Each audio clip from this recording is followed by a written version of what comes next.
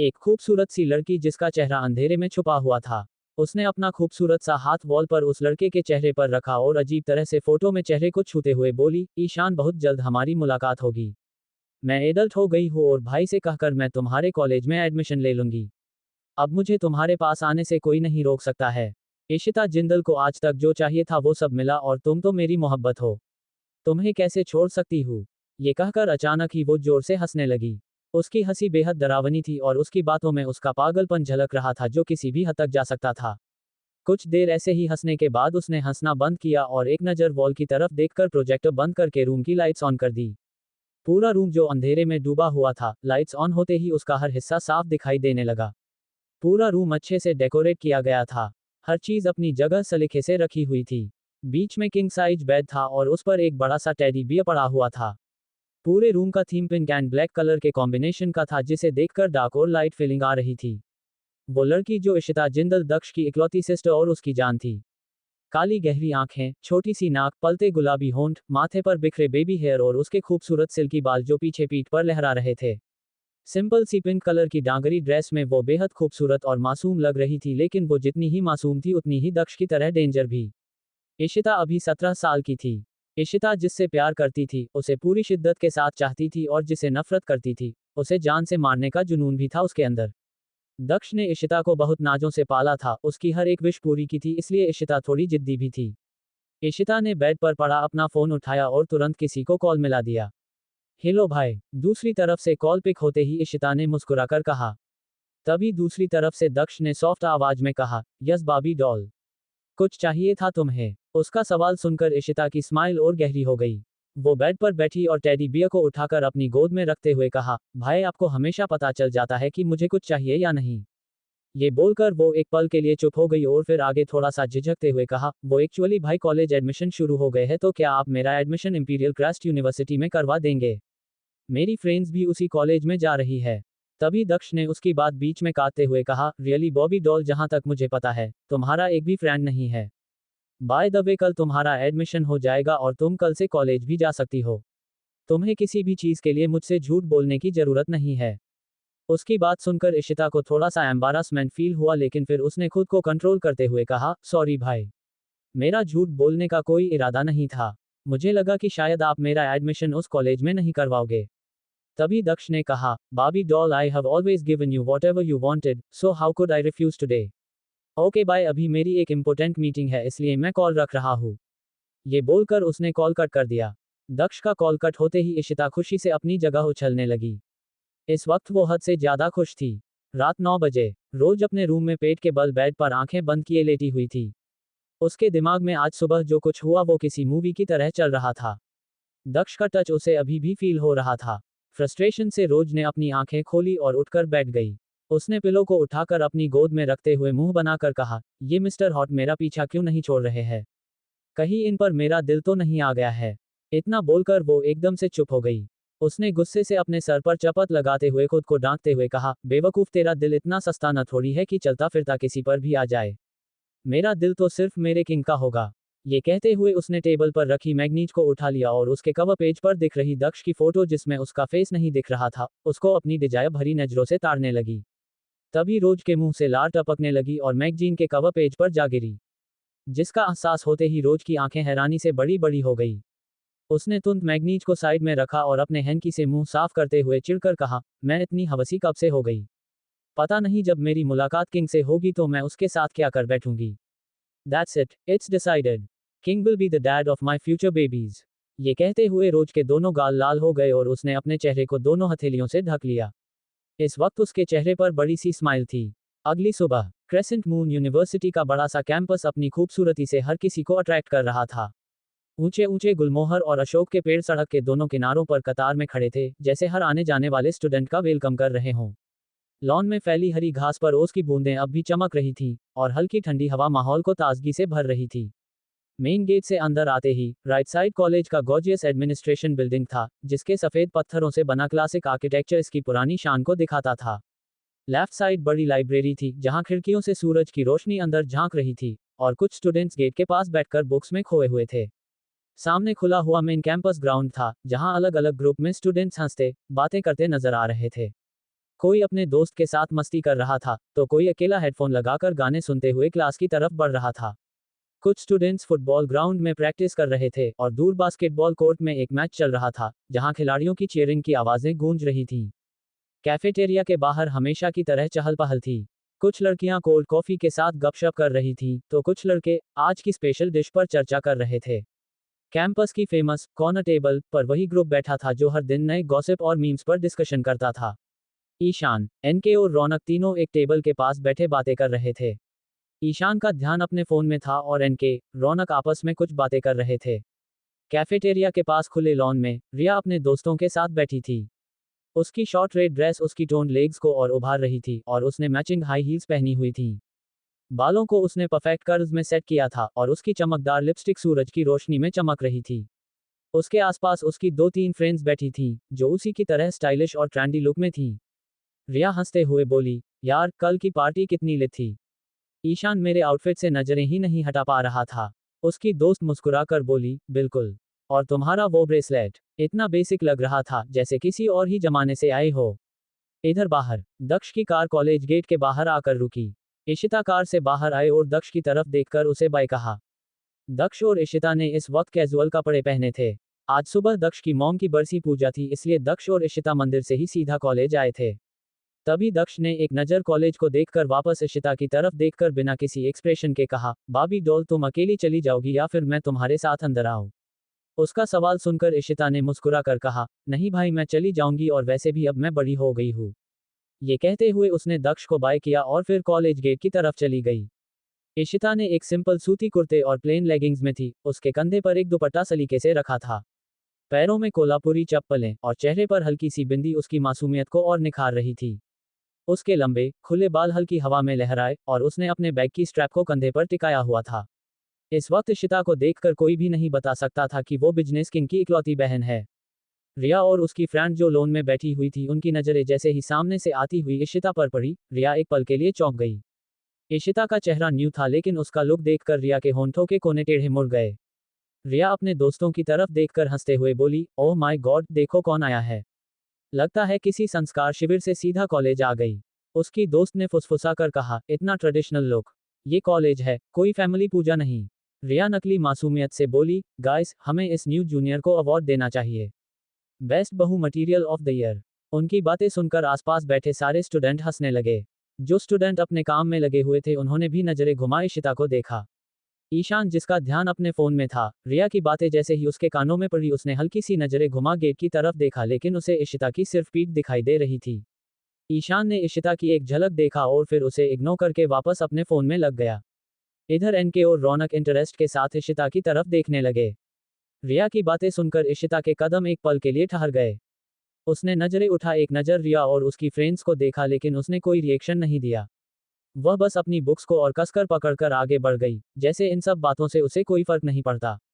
लेकिन तभी रिया ने इशिता के सामने आकर उसका रास्ता रोक लिया।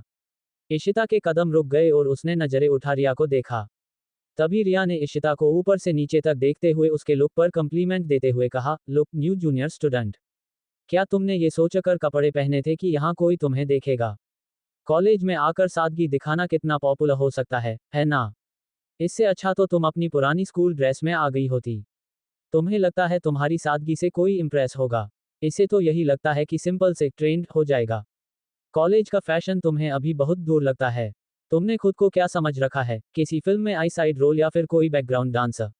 अरे यार, इससे तो हम कहीं से भी स्कॉलरशिप देने के बजाय फैशन शो में भेज देंगे।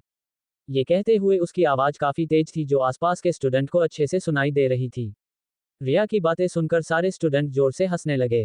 रौनक की भी हंसी छूट गई। वहीं एनके और ईशान बिना किसी एक्सप्रेशन के बैठे थे। ईशान का ध्यान अभी भी अपने फोन में था। इशिता चुपचाप बिना किसी एक्सप्रेशन के खड़ी रिया को देख रही थी, लेकिन उसकी काली गहरी आंखें धीरे धीरे लाल होने लगी थी। उसने कस के अपनी बुक्स को पकड़ लिया और बिना कुछ बोले रिया के साइड से निकलकर आगे जाने लगी। इशिता को बिना कुछ बोले जाता देखकर रिया के फेस पर विनिंग स्माइल आ गई।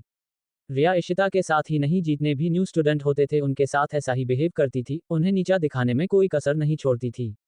रिया इशिता की तरफ पलटी और उसे जाते हुए देखकर पीछे से तेज में कहा, अरे ओ बहन जी, वैसे तुम्हें यहाँ छोड़ने के लिए तुम्हारे फटीचर माँ बाप आए थे या फिर?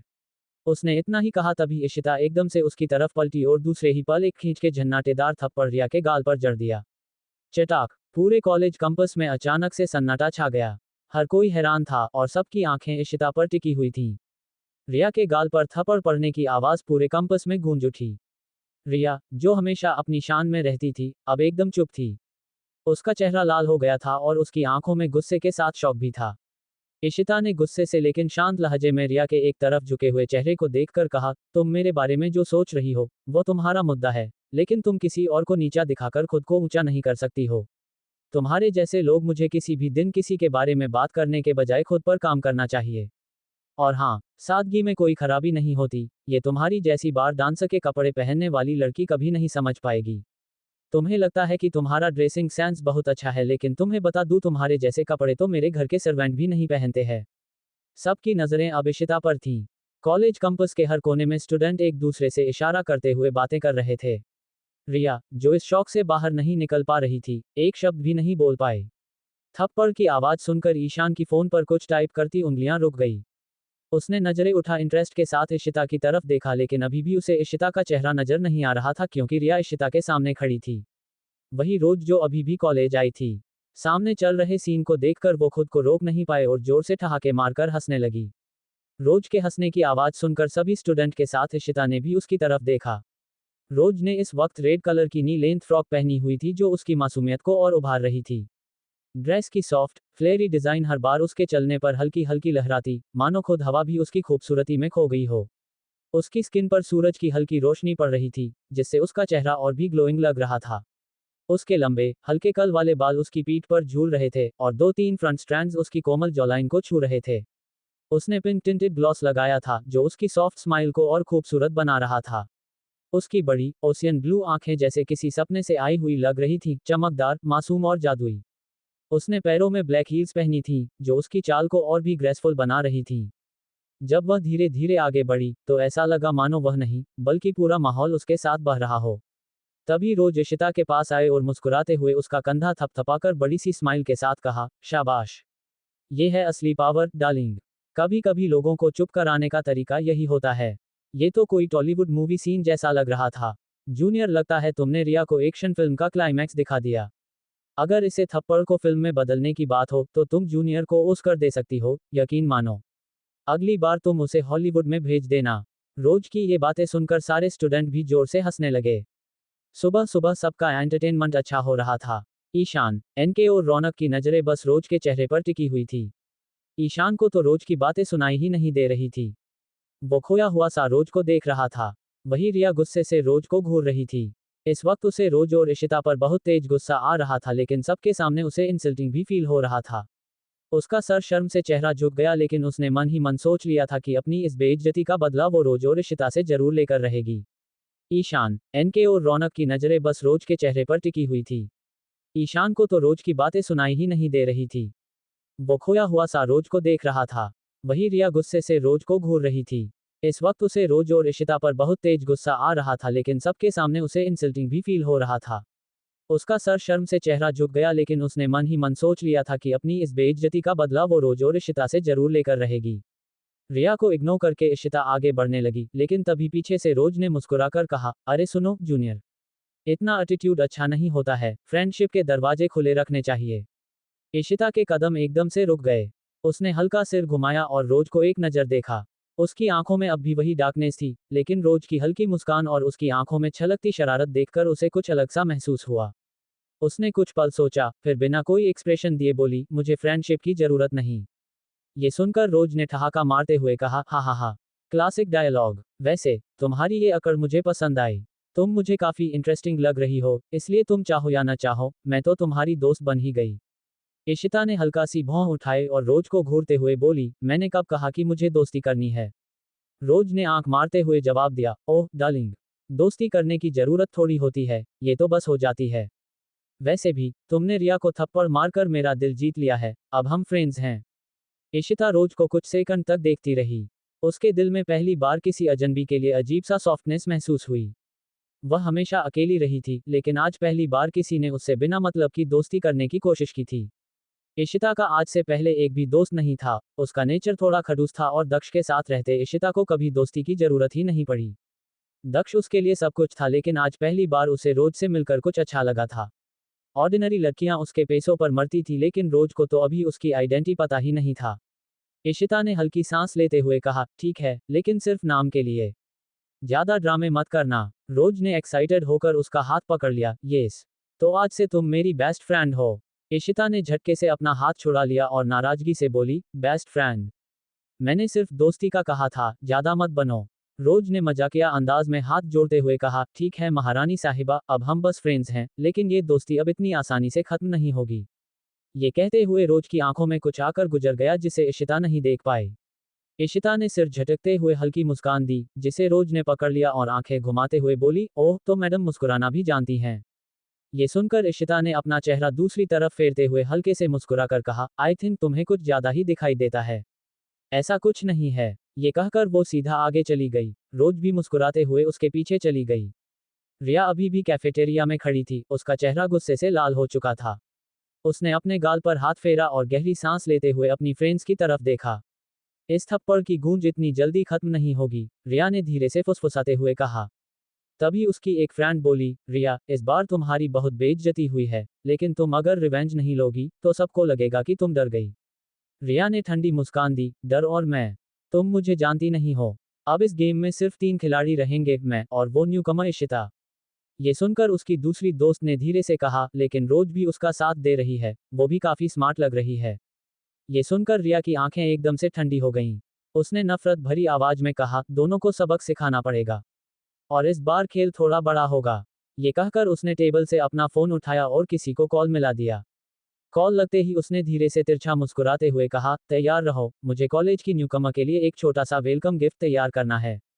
इधर दूसरी तरफ रोज और इशिता साथ में कॉलेज के अंदर आई। इशिता अपनी कुछ बुक्स देख रही थी लेकिन तभी रोज ने थोड़ा झुककर अपने चेहरे को इशिता के पास लाया और उसकी आंखों में झांकते हुए हल्के से कहा, डार्लिंग, तुमने जो किया वो काबिले तारीफ है, लेकिन एक एडवाइस दूं। ये सुनकर इशिता ने नजरें उठा रोज को देखा और फिर बिना कोई जवाब दिए हल्का सा सिर हिलाया। रोज ने अपनी कोमल उंगलियों से अपनी चीन को छूते हुए ड्रामेटिक अंदाज में कहा, अगली बार अगर किसी को थप्पड़ मारना हो तो थोड़ा स्टाइलिश तरीके से मारना, जैसे फिल्मी विलेन को स्लो मोशन में हवा में घुमा के। इतना कहते ही रोज खुद ही अपनी इस बात पर ठहाका मारकर हंसने लगी। इशिता को रोज की यह बात सुनकर थोड़ा अजीब लगा, लेकिन अंदर ही अंदर उसे पहली बार किसी की बातें मजेदार लगीं। वह हल्की सी मुस्कुराई, लेकिन अपनी सख्त इमेज बनाए रखने के लिए तुरंत अपनी मुस्कान को दबा लिया। रोज ने उसकी हल्की मुस्कान नोटिस कर ली और चाहते हुए बोली, ओह माय गॉड, क्या मैंने फिर से कुछ गलत देखा है? तुम हंसी। ये सुनकर इशिता ने अपनी स्माइल को छुपा लिया और सख्त आवाज में कहा, तुम्हें आंखों के डॉक्टर की जरूरत है। तुम जरूरत से कुछ ज्यादा ही देखती हो। ये सुनकर रोज ने नकली मायूसी का नाटक करते हुए कहा, ओफ, दिल तोड़ दिया तुमने। मुझे लगा कि मैंने इस कॉलेज की सबसे अकड़ू लड़की को हंसाने का रिकॉर्ड बना लिया है। इशिता ने एक लंबी सांस ली और हल्के से बोली, तुम बहुत ज्यादा बोलती हो। रोज ने एक्साइटमेंट से ताली बजाई, यस, कम से कम तुमने मुझसे बात तो की। इसका मतलब हमारी दोस्ती की शुरुआत हो गई। इशिता ने भौहें चढ़ाते हुए कहा, मैंने ऐसा कब कहा? रोज ने उसकी तरफ हाथ बढ़ाते हुए चुटकी ली, अब कह दो। वैसे भी मेरे साथ दोस्ती करना तुम्हारी किस्मत में लिखा है। इशिता ने रोज का बड़ा हुआ हाथ देखा, फिर थोड़ी देर सोचने के बाद धीरे से हाथ मिला लिया। रोज ने एक्साइटेड होकर कहा, तो अब हम फ्रेंड्स। और फ्रेंड्स एक दूसरे का इंट्रोडक्शन अच्छे से देते हैं। इशिता ने सिर झटकते हुए कहा, मैं इशिता जिंदल। रोज ने चाहते हुए कहा, और मैं रोज। रोज शेखावत। वैसे डार्लिंग, तुम्हारा नाम जितना क्यूट है तुम उतनी ही डेंजर लगती हो। इशिता ने ठंडे लहजे में कहा, मैं जैसी हूँ वैसी हूँ। रोज ने फिर से मजाकिया अंदाज में कहा, यही तो बात खास है। मुझे तो पहले ही पता था कि तुम और मैं बेस्ट फ्रेंड्स बनने वाले हैं। इशिता ने हल्की मुस्कान छिपाने की कोशिश की, लेकिन इस बार वह खुद को रोक नहीं पाई। इधर रिया फोन कान से लगाए एक तरफ अकेली खड़ी थी। तभी दूसरी तरफ समर की आवाज आई, इस बार क्या प्लान है, रिया? रिया की आंखों में वही शैतानी चमक थी। उसने धीमे लेकिन सीरियस लहजे में कहा, तुझे रोज के साथ कुछ ऐसा करना है कि पूरी कॉलेज उसे बदचलन समझे। पिछली बार वो जेल गई थी लेकिन इस बार वो पूरे कॉलेज के सामने मुंह दिखाने लायक ना बचे। ये सुनकर समर हंसा और बोला, बदचलन मतलब? रिया ने गहरी सांस ली और समझाया, बस इतना कर कि वो किसी को मुंह दिखाने लायक ना रहे। उसे किसी ऐसी सिचुएशन में डाल जहां सबको लगे कि वो खुद तुम्हारे साथ फ्लर्ट कर रही थी। तुम्हारे करीब आने की कोशिश कर रही थी और फिर मैं सही वक्त पर पूरी कॉलेज को वहां ले आऊंगी। ये सुनकर समर ने मजाकिया अंदाज में कहा, तो तुम चाहती हो कि मैं उस पर लाइन मारूं और उसे सबके सामने गिरा दूं? इंटरेस्टिंग। ये सुनकर रिया मुस्कुराए और बोली, बस उसे फंसा दो, बाकी मैं संभाल लूंगी। ये सुनकर समर ने हामी भरते हुए कहा, हो जाएगा बेबी। लगभग 2 घंटे बाद इशिता और रोज अपनी अपनी क्लास में थी। इशिता का लेक्चर अभी भी चल रहा था लेकिन रोज का अगला लेक्चर नहीं था। आज इकोनॉमिक्स के प्रोफेसर नहीं आए थे इसलिए रोज की क्लास खाली थी। कीर्ति आज कॉलेज नहीं आई थी इसलिए रोज अकेली ही थी। रोज कॉरिडोर से होते हुए नीचे जा रही थी लेकिन तभी उसके सामने किसी ने आकर रास्ता रोक लिया। रोज ने नजरें उठा सामने देखा जहां समर दीवार के सहारे खड़ा उसे ही अपनी गंदी नजरों से घूर रहा था। समर को देखते ही रोज की आंखों के सामने वो पल घूमने लगा जब उसने सबके सामने रिया के साथ रेप करने की साजिश में उसे फंसाया था। इसी के बयान पर रोज को जेल जाना पड़ा था। जेल में पुलिस कांस्टेबल का टॉर्चर सहना पड़ा और फिर 2 महीनों तक हॉस्पिटल बेड पर कोमा में रही थी, जिसे याद करके रोज की आंखें गुस्से से लाल हो गई। लेकिन फिर रोज समर को इग्नोर करके दूसरी तरफ से जाने को होती है। अरे रोज, कहाँ जा रही हो? समर ने रोज का रास्ता रोकते हुए कहा। रोज भौहें चढ़ाकर बोली, हट जाओ रास्ते से। समर ने दीवार के सहारे हाथ रखकर उसका रास्ता ब्लॉक कर दिया। अरे इतनी जल्दी क्या है? इतनी अकड़ अच्छी नहीं होती स्वीटी। रोज की आंखों में गुस्से का तूफान उमड़ आया। बकवास मत करो। रोज ने पीछे हटने की कोशिश की लेकिन समर ने उसका हाथ पकड़ लिया। समर ने रोज की कलाई दबाते हुए शैतानी तरीके से मुस्कुरा कर कहा, इतनी खूबसूरत लड़की अकेली क्यों रहती है? रोज ने अपना हाथ छुड़वाना चाहा लेकिन समर ने जबरदस्ती उसका हाथ पकड़ लिया। इतनी जल्दी क्या है? वैसे भी अगर तुम चाहो तो बहुत जल्दी इस कॉलेज में फेमस हो सकती हो। बस थोड़ा कॉम्प्रोमाइज करना होगा। समर के हाथ पकड़ते ही रोज की आंखों में आग जल उठी। छोड़ो मेरा हाथ, वरना अंजाम अच्छा नहीं होगा। रोज ने लगभग गुस्से से चिल्लाते हुए कहा। उसकी आवाज सुनकर समर एक पल के लिए कांप गया और उसकी पकड़ हल्की सी रोज के साथ पर ढीली पड़ गई लेकिन फिर उसके चेहरे पर शैतानी हंसी आ गई। समर हंसते हुए बोला, अंजाम तो तुम्हारा बुरा होने वाला है बेबी। ये कहकर उसने रोज को दीवार की तरफ धकेलने की कोशिश की। लेकिन अगले ही पल, धड़ाम, समर खुद को जमीन पर पड़ा हुआ पाया और उसके चेहरे पर रोज का पहला मुक्का पड़ चुका था। तू क्या सोच रहा था, मैं भी बाकी लड़कियों की तरह रोने लगूंगी? रोज ने उसकी कॉलर पकड़कर उसे दोबारा उठाया और एक पंच उसके पेट में जड़ दिया। समर दर्द से जोर से चिल्लाया, तुझे अंदाजा भी है मैं कौन हूं? अच्छी तरह पता है, एक घटिया इंसान। रोज ने उसे फिर से एक जोरदार लात मारी जिससे वह दीवार से टकरा गया। उसी वक्त रिया कॉलेज के कुछ स्टूडेंट्स को लेकर वहां पहुंची। वह सोच रही थी कि वो सबको रोज की गिरी हुई हालत दिखाएगी, लेकिन जब उसने देखा कि रोज अकेले ही समर की धुलाई कर रही थी तो उसकी आंखें फटी रह गईं। स्टूडेंट्स ने भी ये देखकर सरप्राइज रिएक्ट किया। ये क्या हो रहा है? एक स्टूडेंट ने हैरानी के साथ कहा। समर जमीन पर पड़ा करा रहा था और रोज उसके ऊपर बैठकर उसकी धुनाई कर रही थी। उसके मुंह से खून निकल रहा था और रोज उसे घूंसों से पीट रही थी। हरामखोर, तुझे लड़कियां सिर्फ कमजोर लगती हैं। उसने समर की कॉलर पकड़कर उसे घसीटा और जोर से घुटना उसके पेट में दे मारा। रिया का मुंह खुला का खुला रह गया। कॉलेज के स्टूडेंट्स जो तमाशा देखने आए थे अब पूरी तरह शॉक में थे। मुझे छूने की हिम्मत कैसे हुई तेरी? रोज ने एक और मुक्का समर के चेहरे पर जड़ा। समर दर्द से कराह उठा। रिया ने तुरंत सिचुएशन संभालने की कोशिश की, देखो ये रोज कितनी वायलेंट है, इसे कॉलेज से निकाल देना चाहिए। लेकिन भीड़ में से किसी ने कहा, रिया तू यहाँ सबको बुलाकर क्या दिखाना चाहती थी? तूने तो कहा था कि रोज कुछ गलत कर रही है, लेकिन यहाँ तो उल्टा हो रहा है। अब सबकी नजरें रिया पर टिक गईं। रिया घबरा गई, ना नहीं, मैं तो बस। ये कहते हुए उसने रोज और समर की तरफ देखा। समर खून से लथपथ उठने की कोशिश कर रहा था लेकिन रोज ने उसकी शर्ट पकड़कर उसे दीवार से चिपका दिया और फुसफुसाई, अगर दोबारा मेरे आसपास भी दिखा तो अगली बार तेरी हड्डियां टूटेंगी। समर की आंखों में डर समा गया। आज रोज बहुत बदली हुई थी। ये रोज पहले वाली नहीं थी जो बात बात पर रोने लगती थी, बल्कि ये बहुत अलग थी। समर खून से लथपथ उठने की कोशिश कर रहा था लेकिन रोज ने उसकी शर्ट पकड़कर उसे दीवार से चिपका दिया और फुसफुसाई, अगर दोबारा मेरे आसपास भी दिखा तो अगली बार तेरी हड्डियां टूटेंगी। समर की आंखों में डर समा गया। आज रोज बहुत बदली हुई थी। ये रोज पहले वाली नहीं थी जो बात बात पर रोने लगती थी, बल्कि ये बहुत अलग थी। रिया मुश्किल से अपनी जान बचाकर वहां से भाग गई लेकिन रोज की नजरों से वो नहीं बच पाई थी। तुम्हें तो कल बताऊंगी चुड़ैल, तुम्हारी वजह से मुझे जेल में रहना पड़ा था, अब इसकी सजा तो बनती है बेबी। ये कहते हुए रोज के फेस पर टेडी स्माइल आ गई। रोज ने एक नज़र समर को देखा और फिर उसे वैसी ही जख्मी हालत में छोड़कर वो कॉलेज से बाहर निकल गई। उसकी ऑलमोस्ट क्लास हो चुकी थी और अभी बस एक ही क्लास बची थी। जो उसके लेने का मूड नहीं था। जिंदल मैंशन, एक विशाल डाइनिंग हॉल जिसकी छत से लटकते महंगे क्रिस्टल झूमर की हल्की सुनहरी रोशनी पूरे कमरे में रहस्यमय परछाइयां बना रही थी। दीवारों पर महंगे पेंटिंग्स टंगी थीं, टेबल पर सिल्वर कैंडल होल्डर्स में मोमबत्तियां जल रही थीं। हर चीज क्लास और एलिगेंस को रिप्रेजेंट कर रही थी, लेकिन माहौल में ठंडी साजिशों की आहट थी। कालिका रायचंद विनय जिंदल की दूसरी पत्नी एक perfect high status woman. Silky beige colour की साटन साड़ी, जिसके बॉर्डर पर गोल्डन एम्ब्रॉयडरी थी। हाथ में डायमंड स्टडेड कंगन, गर्दन में एक क्लासिक पर्ल नेकलेस और चेहरे पर एक ऐसी मुस्कान जो बाहर से सॉफ्ट लेकिन अंदर से खतरनाक थी। उसकी तीखी भूरी आंखें और हाई चीकबोन्स उसकी पर्सनैलिटी को और भी स्ट्रॉन्ग बनाते थे। उसने वाइन ग्लास को हल्के हल्के घुमाते हुए ठंडी आवाज में कहा, दक्ष की सबसे बड़ी कमजोरी उसका दिल है। वो बहुत जल्दी किसी पर भी भरोसा नहीं करता है, बट जो उसके करीब होता है उस पर वो पूरा ट्रस्ट करता है, और जब प्यार में पड़ता है तो उसके फैसले इमोशंस के गुलाम बन जाते हैं। ये सुनकर सामने सोफे पर बैठा आदमी जो विनय जिंदल था। उनके बालों में हल्की सफेदी आ चुकी थी, लेकिन उसकी अथॉरिटी में कोई कमी नहीं आई थी। उसने ब्लैक टक्सीडो पहना था, जिसकी फिटिंग परफेक्ट थी। उसके मजबूत जबड़े और गहरी ग्रे आंखों से हमेशा एक ऑर्डर निकलता था। वह अब तक चुपचाप सब सुन रहा था। उसके हाथ में महंगी विस्की का ग्लास था, जिसे उसने धीरे से टेबल पर रखा और गहरी आवाज में बोला, और यही हम उसके खिलाफ इस्तेमाल करेंगे। बस उसे किसी के प्यार में गिरा दो, फिर उसे कंट्रोल करना आसान हो जाएगा। ये सुनकर विनय के बगल में बैठा उनका दूसरा बेटा, जो कालिका और विनय का था, जिसने हमेशा से ही एक बात सीखी थी, अगर तुम्हें कोई चीज चाहिए तो उसे छीन लो। उसने ब्लैक लेदर जैकेट के अंदर व्हाइट टी शर्ट पहनी थी, जो उसकी रेबल नेचर को शो कर रही थी। उसके शार्प फीचर्स, हल्की स्टबल और डीप ब्लू आंखें उसे और भी इंटेंस बना रही थीं। वो अपने डिजाइनर ब्लेजर में आराम से बैठा हुआ था, हल्की हंसी के साथ बोला, इट्स सिंपल मॉम डैड। हमें सिर्फ उसकी एक इमोशनल वीकनेस चाहिए।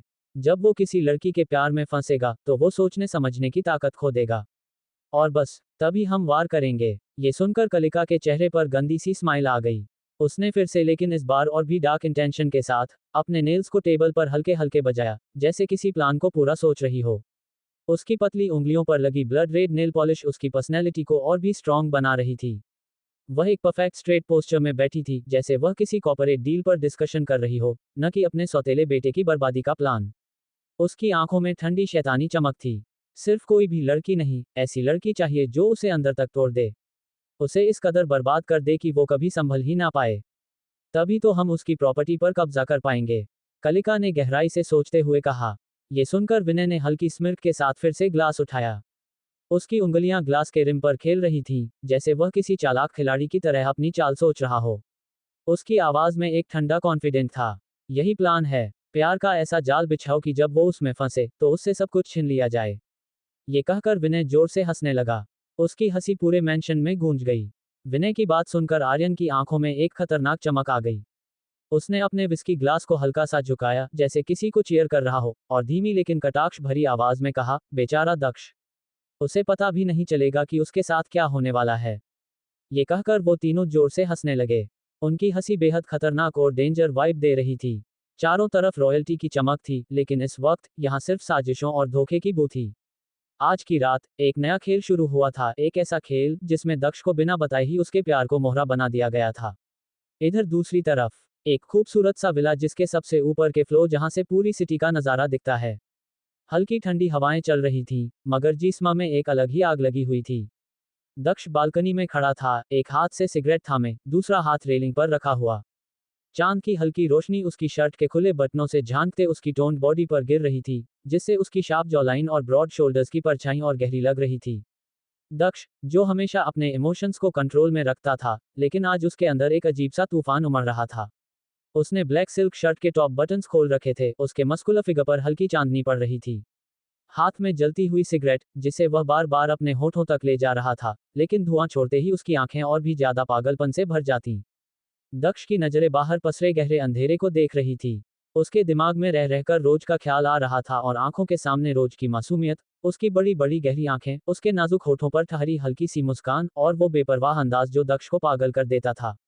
दक्ष ने रेलिंग पर अपने हाथ की पकड़ कसते हुए सर्द आवाज में कहा, ये लड़की मेरे जहन में इतनी गहराई से समा गई है कि उसे निकालना अब नामुमकिन हो गया है।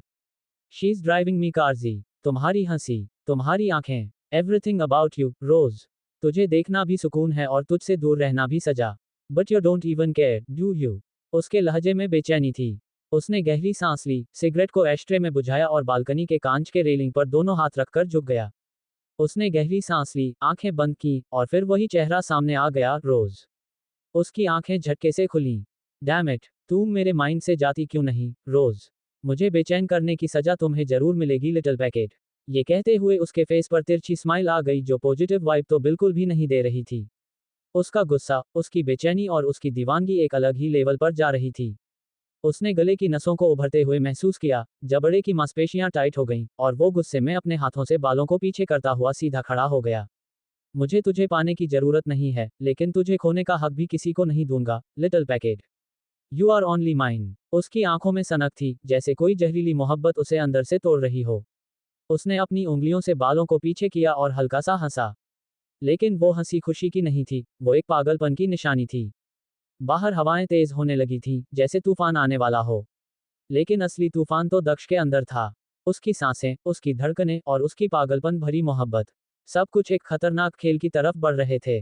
वो मोहब्बत उतनी ही खतरनाक थी जितना कि वो खुद। दक्ष की आंखों में गहरा अंधेरा था, एक ऐसी प्यास जो सिर्फ रोज को महसूस करना चाहती थी। दक्ष तुरंत रूम के अंदर आया और बेड पर पड़ी अपनी कार की उठाकर सीधा रूम से बाहर निकल गया। कुछ देर बाद तेज हवा के झोंकों के साथ दक्ष की कार रोज के घर के बाहर आकर रुकी। उसकी आंखें सिर्फ उस एक खिड़की पर थीं, जहां हल्की सी रोशनी झलक रही थी। दिल की धड़कनें तेज हो गई थीं, सांसें भारी, और जिस्म में एक अजीब सी बेचैनी।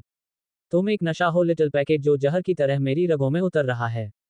दक्ष ने एक टक बालकनी की तरफ देखते हुए कहा। उसने एक गहरी सांस लेते हुए कार से उतरकर अपने जैकेट का कॉलर ठीक किया। उसकी शर्ट के ऊपर के दो बटन खुले हुए थे, जिससे उसकी टोन्ड बॉडी की हल्की झलक दिख रही थी। आंखों में वही काली गहराई थी, जो किसी को भी खींचने के लिए काफी थी। उसकी उंगलियां मुट्ठी में कस गईं जब उसने बालकनी की ओर देखा। उसके दिमाग में एक ही ख्याल था, रोज। दक्ष ने इधर उधर देखा, हर कोना भांपा। गार्ड गेट के पास सो रहा था, और घर अंदर से शांत था। उसके होठों पर एक हल्की सी स्मिर्क आई। How can you sleep without seeing me, little packet, कहते हुए दक्ष साइड की दीवार पर चढ़ गया। लगभग 2 मिनट बाद दक्ष बालकनी से रोज के कमरे के अंदर एंटर हुआ। लेकिन अचानक उसके कदम एक जगह रुक गए। उसकी नजरें सामने बेड पर लेटी रोज पर टिकी हुई थी। रोज बेड पर लेटी हुई थी। उसके लंबे बाल बिखरे थे, उसकी सांसें हल्की और रिदमिक थीं। उसका चेहरा चांदनी में और भी निखर रहा था। उसकी हल्की गुलाबी होंठ, बंद पलकों पर पड़े घने लशेज, और उसके चेहरे पर टिकी मासूमियत दक्ष के अंदर कुछ तोड़ रही थी। दक्ष की आंखें रोज के चेहरे पर अटक गईं। इतनी मासूम, इतनी प्यारी, और इतनी दूर। ये कहते हुए उसके होंठों के कोने टेढ़े मुड़ गए। दक्ष बेड के पास आया और अपना एक घुटना बेड पर टिकाकर हल्का सा रोज पर झुक गया। इन सब से बेखबर रोज गहरी नींद में सोई हुई थी। रोज की बैग दक्ष की तरफ थी, उसका एक हाथ तकिए पर था, और उसका दुपट्टा हल्के से उसके जिस्मा पर पड़ा था। दक्ष का दिल और तेजी से धड़कने लगा। उसने धीरे धीरे अपना हाथ बढ़ाया और उसके दुपट्टे की हल्की सी पकड़ ढीली की। सिल्की फैब्रिक उसकी उंगलियों से फिसलता चला गया। अब उसके सामने सिर्फ रोज थी, एक एंजल जैसी, नींद में खोई हुई। दक्ष पूरा रोज के बगल में उसके एकदम नजदीक लेट गया। दक्ष रोज पर झुका, उसकी सांसें रोज की गर्दन के पास गहरी होती जा रही थीं। उसकी नाक से हल्की ठंडी हवा रोज की स्किन पर पड़ी, जिससे रोज का बदन हल्का सा कांपा। उसकी नजरों ने रोज की नेकलाइन को स्कैन किया, परफेक्टली शेप्ड कॉलर बोन्स, हल्की उठती गिरती सांसें, और उसकी पिंकिश सॉफ्ट स्किन। तुम नहीं जानती, लिटिल पैकेट, तेरा ये मासूम चेहरा कितना खतरनाक है। जो किंग को अपने सामने झुकाने की ताकत रखता है, वो कुछ भी कर सकता है। ये कहते हुए उसके होंठ रोज की गर्दन के करीब आए। पहले हल्की सांसों का एहसास, फिर एक नर्म मगर पॉजेसिव किस। रोज हल्का सा सिहर गई, लेकिन वो अब भी सो रही थी। दक्ष के होंठ रोज की गर्दन पर हलचल कर रहे थे। धीरे धीरे दक्ष बहकने लगा, और वो अब किस के साथ धीरे धीरे बाइट भी कर रहा था, जिसके निशान रोज की नेक पर साफ दिखाई दे रहे थे। दक्ष के होंठ धीरे से ऊपर खिसके, उसकी जॉ लाइन पर उसने एक डीप, स्लो किस किया, और फिर उसकी चीन पर, और फिर दक्ष की नजरें अब रोज के होंठों पर थीं। परफेक्टली शेप्ड, सॉफ्ट, हल्की पिंक टिंट के साथ। उसकी सांसें और तेज हो गईं। उसने अपना एक हाथ रोज के चेहरे के पास रखा, और धीरे से उसके नीचे के होंठ को अपने दांतों से हल्का सा बाइट किया। मुझे हक है तुझे छूने का, तुझे महसूस करने का, लिटिल पैकेट। रोज के होंठों से एक हल्की सांस निकली, लेकिन उसकी नींद अब भी गहरी थी। दक्ष ने हल्की स्मिर्क के साथ अपनी उंगली उसके होठों पर फेरी, उसकी नजरों में एक अलग सा पागलपन था। दक्ष ने एक बार फिर रोज के होंठों को एकदम से कैप्चर कर लिया। वो बेताबी से रोज के होंठों को अपने होंठों में भरे चूम रहा था। रोज नींद में हल्का सा कसमसाई, लेकिन दक्ष को इससे कोई फर्क नहीं पड़ा। उसने रोज की लोअर बैक पर अपना हाथ रखकर उसे अपने और करीब कर लिया। उन दोनों की चेस्ट आपस में टकरा रही थी और उनके बीच से हवा गुजरने का भी फासला नहीं था। लगभग 10 मिनट बाद जब रोज को सांस लेने में दिक्कत होने लगी तो वो नींद में और ज्यादा कसमसाने लगी, जिसका एहसास होते ही दक्ष ने उसके होंठों को छोड़ दिया। उसके छोड़ते ही रोज हल्की सी करवट लेकर सो गई, उसके बाल बिखर गए और दक्ष अब भी वहीं था। वो थोड़ा और झुका, उसके कान के पास जाकर एकदम धीमे से फुसफुसाया, जब तू जागेगी तुझे अपने जिस्म पर मेरे होने का एहसास होगा, लिटिल पैकेट। ये कहते हुए उसकी नजरें रोज के होंठों पर टिकी हुई थी जो सुर्ख लाल हो रखी थी। रोज की वाइड नेक पर दक्ष के दांतों के निशान साफ दिखाई दे रहे थे। दक्ष रोज पर एक आखिरी नजर डालकर उसने हल्की स्माइल के साथ रोज के बालों में उंगलियां फेरी और फिर धीरे धीरे बैकफुट लेते हुए अंधेरे में खो गया। मगर उसकी मौजूदगी, उसकी छुअन, अब भी कमरे में थी। इन सब से अनजान रोज सुकून की नींद सोई हुई थी। रोज की वाइड नेक पर दक्ष के दांतों के निशान साफ दिखाई दे रहे थे। दक्ष रोज पर एक आखिरी नजर डालकर उसने हल्की स्माइल के साथ रोज के बालों में उंगलियां फेरी और फिर धीरे धीरे बैकफुट लेते हुए अंधेरे में खो गया। मगर उसकी मौजूदगी, उसकी छुअन, अब भी कमरे में थी। इन सब से अनजान रोज सुकून की नींद सोई हुई थी। अगली सुबह, सुबह की हल्की रोशनी जैसे ही कमरे में फैली, रोज की पलकों में हलचल हुई। उसका सिर भारी लग रहा था, पूरे बदन में हल्की जकड़न थी। उसने धीरे धीरे अपनी पलकें फड़फड़ाते हुए आंखें खोली। रोज ने एक ठंडी सांस ली और उठने की कोशिश की, लेकिन जैसे ही उसका हाथ अपने गले तक पहुंचा, एक अजीब सी झुरझुरी उसके शरीर में दौड़ गई। उसकी उंगलियां ठहर गईं और अचानक ही उसे अपनी गर्दन पर हल्का जलता हुआ सा एहसास हुआ। रोज की आंखें झटके से पूरी तरह खुल गई। वो जल्दी से उठकर बैठ गई। उसकी सांसें तेज हो गईं। उसने शीशे की तरफ देखा और उसकी आंखें फटी की फटी रह गईं, उसकी गर्दन पर लाल निशान थे। ये क्या है? उसने कांपते हाथों से अपने कॉलरबोन पर हाथ फेरा, वहां भी हल्के लाल निशान थे, जैसे किसी ने जोर से पकड़कर दबाया हो। और जब उसकी नजर उसके होंठों पर पड़ी तो उसका पूरा बदन सुन्न पड़ गया। होंठ सूजे हुए थे, जैसे किसी ने वहां अपने होंठ रख दिए हों। एक झटके से वो बिस्तर से उतरी। ये क्या हो गया मेरे साथ? तारांकन तारांकन, उसकी आवाज कांप गई। तारांकन तारांकन। रोज ने कमरे में चारों तरफ नजर दौड़ाई, लेकिन दरवाजा अंदर से बंद था। खिड़की भी पूरी तरह बंद थी। लेकिन फिर ये सब कैसे हुआ? रोज के दिमाग में यही ख्याल चल रहा था। और ये ख्याल आते ही रोज की सांसें उखड़ने लगीं। उसका सिर तेजी से काम कर रहा था। कल रात क्या उसने नींद में कुछ अजीब महसूस किया था? क्या कोई उसके कमरे में आया था? रोज ने तुरंत अपना फोन उठाया, कॉल लॉग चेक किया। कुछ नहीं था, किसी का भी कॉल नहीं आया हुआ था। जिसे देखकर रोज का पूरा शरीर कांपने लगा। उसने खुद को शीशे में देखा, उसकी आंखें लाल थीं, उसका पूरा चेहरा किसी उलझन में फंसा हुआ था। रोज ने एक गहरी सांस भरी और धीरे से कहा, क्या कल रात को कोई मेरे कमरे में आया था? ये ख्याल ही उसे पागल करने के लिए काफी था। उसने अपने हाथों को रगड़ा, जैसे किसी अनजान छुअन को मिटाना चाहती हो। लेकिन वो एहसास, वो सिहरन, वो निशान, ये सब किसी बुरे सपने की तरह उसके शरीर से चिपके हुए थे। अगर कोई आया था, तो कौन था? और इससे भी ज्यादा डरावना सवाल, अगर कोई आया था, तो मैं क्यों नहीं जागी? रोज का दिल जोर से धड़क रहा था। उसकी आंखों में अब डर के साथ गुस्सा भी था। जो भी था, ये उसने अच्छा नहीं किया। कोई भी इंसान आकर मेरे नींद में होने का फायदा उठा रहा था और मैं कुंभकर्ण की औलाद बनकर गधे घोड़े बेचकर सो रही थी। ये कहते हुए वो खुद को डांट रही थी। रोज गौर से मिरर में खुद के बदन पर बने उन गहरे दांतों के निशान को देख रही थी, जिन्हें देने वाले का उसे पता नहीं था। रोज अभी भी अपने गले और होठों पर पड़े निशानों को देख रही थी। उसकी सांसें तेज थीं, दिल अब भी अनजाने डर से कांप रहा था। वो बार बार सोच रही थी, आखिर ये सब किया किसने? लेकिन उसके पास कोई जवाब नहीं था। तभी फोन की वाइब्रेशन ने उसकी तंद्रा तोड़ दी। उसने झटके से फोन उठाया और स्क्रीन पर नजर पड़ी, अननोन नंबर से कॉल था। जिसे देखकर रोज एक पल के लिए चौंक गई, लेकिन फिर उसने कॉल उठा लिया। हेलो, रोज की आवाज में सख्ती थी। Good morning, little packet. Rose का शरीर ठंडा पड़ गया। वो इस आवाज को पहचान चुकी थी, मिस्टर हॉट। रोज ने लगभग फोन पर चिल्लाते हुए कहा। उसके माथे की नस तन गई थी। रोज ने गुस्से से कहा, तुम्हारे पास मेरा नंबर कैसे आया?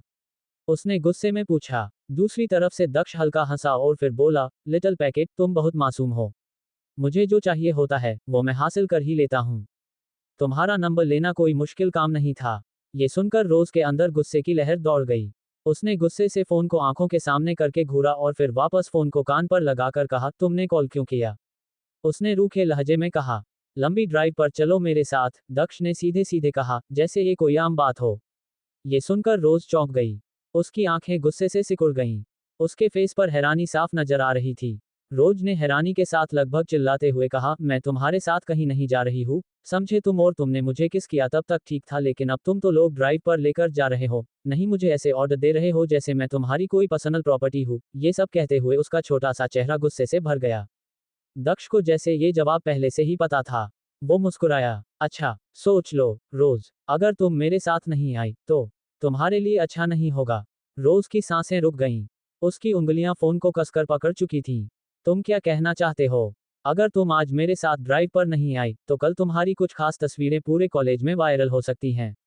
रोज का दिमाग सुन्न हो गया। उसका बदन एकदम ठंडा पड़ गया।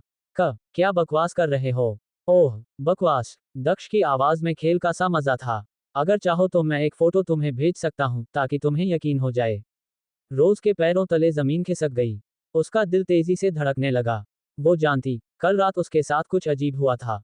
और अब दक्ष का ये कहना, क्या इसका मतलब? गाइज, छोटी सी अपडेट, इस स्टोरी के आगे के काफी सारे पार्ट्स टेलीग्राम पर अवेलेबल हैं और आगे भी वहीं कंटिन्यू होते रहते हैं। सिर्फ यही नहीं, मेरे दूसरे चैनल्स की स्टोरीज भी वहीं मिल जाएंगी। वहां पहले से ही काफी स्टोरीज अवेलेबल हैं, जिन्हें आप बिना किसी रुकावट के सुन सकते हैं। उंगली से दाहिनी ओर इशारा कमेंट सेक्शन में टेलीग्राम लिंक दिया है। उंगली से दाहिनी ओर इशारा ज्वाइन करने के बाद पिन मैसेज ध्यान से चेक कर लेना। अगर कुछ समझ ना आए तो प्रियांशु नाम से मैसेज कर देना। अब चलते हैं वापस कहानी की तरफ। Open book.